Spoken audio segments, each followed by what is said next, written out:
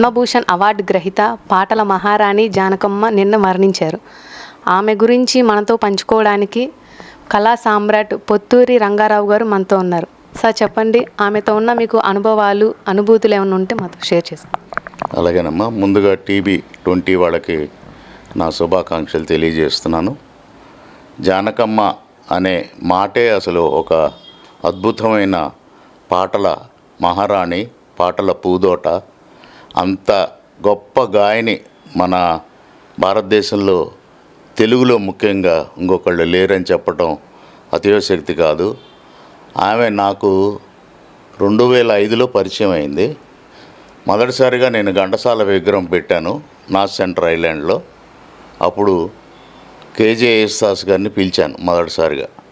ఆ తర్వాత 2007లో ఆమె అప్పుడు చెన్నైలో ఉండేది. ఆమెను కలవటానికి నేను మెడ్రాస్ వెళ్ళి ఆమెను కలవటం జరిగింది.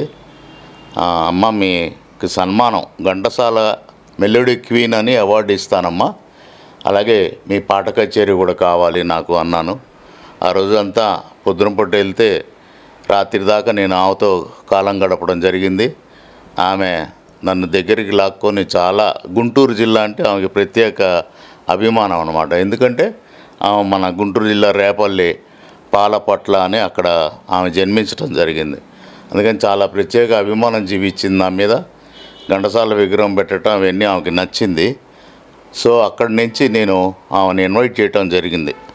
పాట కచేరీ సన్మానంతో పాటు పాట కచేరీ కూడా ఇవ్వండి అమ్మా అని అడిగాను నేను.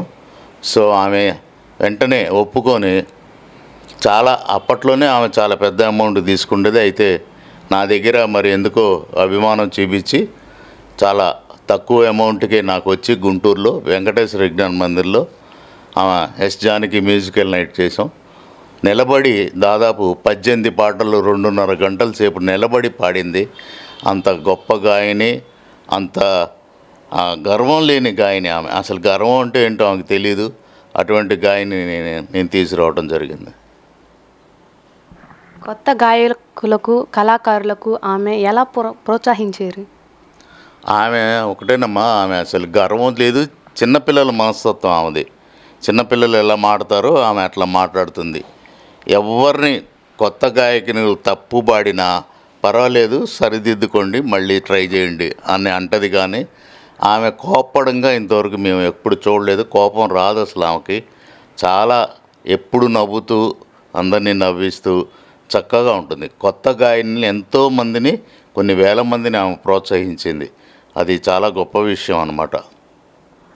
ఆమె లేని లోటు సంగీత పరిశ్రమలకు ఎటువంటి ప్రభావం చూపిస్తుంది? తప్పకుండా అమ్మా. ఆమె నాకు తెలిసి 70s, 80s, 90s 2000 దాకా ఆమె కొన్ని వేల పాటలు, 45,000 పాటలు అన్ని భాషల్లో పాడింది. ఆఖరికి ఇంగ్లీష్లో కూడా ఒక పాట పాడింది. ఆమె ఎన్ని అద్భుతమైన మెలోడీ సాంగ్స్ అంటే, ఆమె సోలో సాంగ్స్ కానీ, డ్యూయట్ సాంగ్స్ కానీ మీ అందరికీ తెలుసు. అలాంటి ఎన్నో అద్భుతమైన పాటలు పాడి, ఇవాళ మరి ఆమె లేదంటే ఇంకా వేరే సింగర్లు ఉన్నారంటే ఉన్నారు. అయితే ఆమె పాడటం కూడా మానేసి నాకు తెలిసి 10 ఏళ్ళు అయిపోయింది. అయితే పాడటం మానేసింది సినిమాల్లో. ఆఖరిసారిగా ఒకే ఒక కచేరీ బెంగళూరులో ఇచ్చింది. అది కూడా 7-8 ఏళ్ళు అయింది. ఆ తర్వాత ఆమె కచేరీలు ఇవ్వటం కూడా మానేసింది. సో అంత గాయని మళ్ళీ ఉంటుందా అని, నేను మళ్ళీ పుడుతుందా అని మాత్రం అనుకోవటం కష్టం అమ్మ. చాలా గొప్ప గాయని. లతా మంగేష్కర్, ఎస్ జానకి, సుశీలమ్మ, వీళ్ళందరినీ మనం జీవితాంతం గుర్తుపెట్టుకో గాయని మళ్ళమ్మ. ఆమె దాదాపు 50,000కు పైగా పాటలు పాడింది. ఆమె సుదీర్ఘ కాలంలో ఆమె నేర్చుకున్న క్రమశిక్షణ ఏమంటారు? ఆమె దగ్గరే మనం నేర్చుకోవాలి. ఇప్పుడు సింగర్సు నా దగ్గర దాదాపు 200 మంది సింగర్స్ ఉన్నారు. గుంటూరులో కానీ, హైదరాబాద్లో కానీ, మిగతా చోట్ల విజయవాడలో కానీ పాటలు పాడేవాళ్ళు. పెద్ద పెద్ద సీనియర్ సింగర్స్ ఉన్నారు, కొత్తగా వచ్చిన వాళ్ళు ఉన్నారు. ఇప్పుడు 2 పాటలు పాడంగానే చాలా గర్వంగా ఫీల్ అవుతున్నారు. మా అంత సింగర్ లేరు, మేమే పెద్ద సింగర్లం అని. మరి ఆమెను చూసైనా వీళ్ళు నేర్చుకోవాలి. అసలు గర్వం అంటే తెలియదు ఆమెకి, ఏమీ తెలియదు. చాలా సింపుల్గా ఉంటుంది ఆమె. ఆయన మహానుభావుడు భర్త ఆయన ఉన్ననాళ్ళు చాలా దర్జాగా ఉండేది, మనిషి నిండుగా బొట్టు పెట్టు నగలు గిగలు చాలా బాగుండేది. ఆయన పోయిన తర్వాత ఆమె కేవలం తెల్ల చీరే, వేరే హవాయి చెప్పులు, తెల్ల చీర, సింపుల్గా ఒక వాచి ఉంటుంది చేతికి, అంతే. అంత సింపుల్సిటీగా బ్రతికింది ఆమె. అసలు ఆడంబరాలు అంటే ఏంటో తెలీదు, గర్వం అంటే ఏంటో తెలీదు. మీరు ఆ 5 స్టార్ హోటల్ ఇస్తారని ఇప్పుడు వాళ్ళు అడుగుతారు సింగర్స్. ఆమె అసలు ఏ హోటల్ ఇచ్చాం, ఎక్కడుంది, మా ఇంటికి వచ్చింది, భోంచేసింది. అంత అలాంటి గాయకురాలు నేను చూడలేదమ్మా ఇంతవరకు. చాలా గొప్ప గాయకురాలు. అసలు గర్వం అంటే ఏంటో తెలియదు ఆమెకి, అది మాత్రం నిజం. ఆమె 17 భాషల్లో పాటలు పాడింది. ఆ భాషలను నేర్చుకున్నటకు ఆమె పడిన కఠినమైన శ్రమ, అంకిత భావాన్ని మీరు ఎలా చూస్తారు? చాలా కష్టపడిందమ్మా. ఒక ఆ రోజుల్లో ఇప్పుడంటే టేకులు వచ్చినాయి. ఒక చరణం అనగానే మళ్ళీ ఆపి మళ్ళీ చరణం పాడి కలుపుతారు మీరు. ఇప్పుడు ఆ రోజుల్లో అవన్నీ లేవమ్మా. ఒక పాట మొదలు పెడితే ఘంటసాల గారితో ఆమె అది వరుసగా మొదట స్టార్ట్ చేసినప్పటి నుంచి చివరి అయ్యేదాకా కంటిన్యూగా పాడాలి. మధ్యలో గ్యాప్ తీసుకుంటే మళ్ళీ పాడాలి. అంటే ఒక్కో పాట ఒక్కోసారి కష్టమైన పాటలు పొద్దున 9ంటికి రికార్డింగ్ మొదలు పెడితే రాత్రి 8, 9 అయినా ఒక పాట అయ్యేది కాదు. అందుకే మొత్తం ఇన్స్ట్రుమెంట్స్ వాళ్ళంతా రెడీగా ఉండాలి. ఆ పాట కంటిన్యూ చేస్తేనే రికార్డ్ అవుతుంది.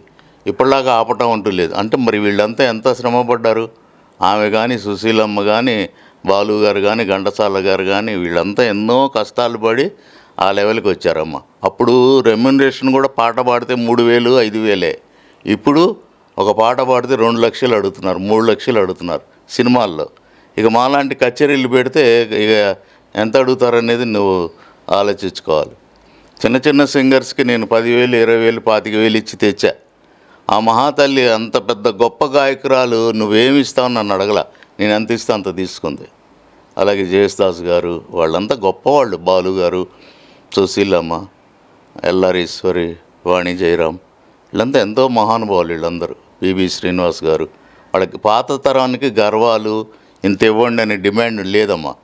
ఇప్పుడు వాళ్ళు అయితే 2 పాటలు పాడంగానే రంగారావు గారు ఎంత, ఒక 5 లక్షలు ఇస్తారా, 3 లక్షలు ఇస్తారా, గుంటూరులో 5 స్టార్ హోటల్ ఉందా అని అడుగుతారు నన్ను.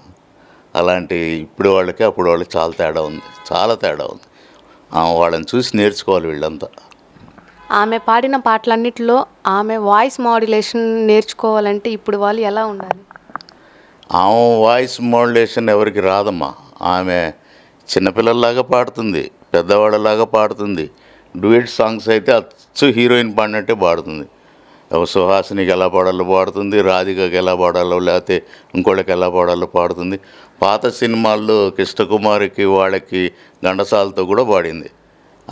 ఆమెతో పాటు నేను కూడా ఒక పాట పాడాను గుంటూరు వచ్చినప్పుడు.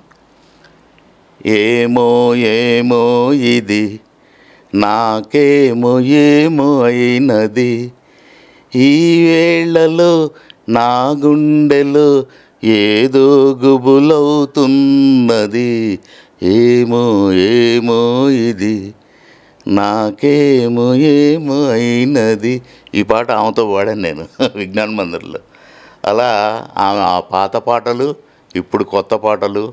ఆమెకు వచ్చిన అవార్డులు ఎవరికి రాలేదు. చాలా అవార్డులు వచ్చినాయి. ఒకసారి ప్రభుత్వ అవార్డు కూడా ఆమె తిరస్కరించింది. ఎందుకంటే మీరు నార్త్ ఇండియా వాళ్ళని ఎక్కువ గౌరవిస్తున్నారు, సౌత్ ఇండియా వాళ్ళని గౌరవించట్లేదు, నాకు ఈ అవార్డు వద్దని చెప్పి తిరస్కరించడం జరిగింది. మీరు చూసే ఉంటారు. మరి అన్ని వేల మంది మైసూర్లో చేస్తే అన్ని వేల మంది, లక్షల మంది జనం వచ్చి ప్రభుత్వ లాంఛనాలతో ఒక సింగర్కి జరగటం, బాలు కూడా జరిగింది, ఇప్పుడు మళ్ళీ ఏమికి జరిగింది. అప్పట్లో అంటే ఘంటసాల గారు ఆ టైంలో ఇవన్నీ లేవు అమ్మా. సో వీళ్ళు ఇట్లా జరిగిన ప్రభుత్వ లాంఛనాలతో జరగటం కూడా వీళ్ళందరి అదృష్టమే ఒక విధంగా. చాలా గొప్ప విషయం అది. Thank you so much sir. మా ఇంటికి వచ్చింది, కచేరీకి వచ్చినప్పుడు నన్ను తన తోబుట్టులాగా చూసుకునేది, మంచిగా మాట్లాడేది. అప్పుడప్పుడు ఫోన్లో కూడా రంగారావు గారు మాట్లాడుతుంటే అమ్మాయికి అయ్యా రంగారావు మాట్లాడతానని నాతో చాలాసార్లు మాట్లాడింది ఆమె. మేము శుభాకాంక్షలు చెప్పేవాళ్ళం. తర్వాత ఇప్పుడు ఆమెకు జ్ఞాపక శక్తి తగ్గాక కొంచెం తగ్గించాము మేము. రీసెంట్గా సార్ వెళ్ళి కలిసి వచ్చారు ఆమెని. అప్పుడు కూడా అడిగింది. మొన్న వాళ్ళ బాబు పోయినప్పుడు మేము మైసూరు వెళ్ళినప్పుడు గుర్తుపట్టి పలకరించింది, కావలించుకొని ఏడ్చింది. చాలా బాధేసింది కూడా అప్పుడు మాకు. Okay, thank you madam. Thank you. ఇంకొక ప్రోగ్రామ్తో మళ్ళీ రేపు కలుద్దాం. Until then bye. Thank you.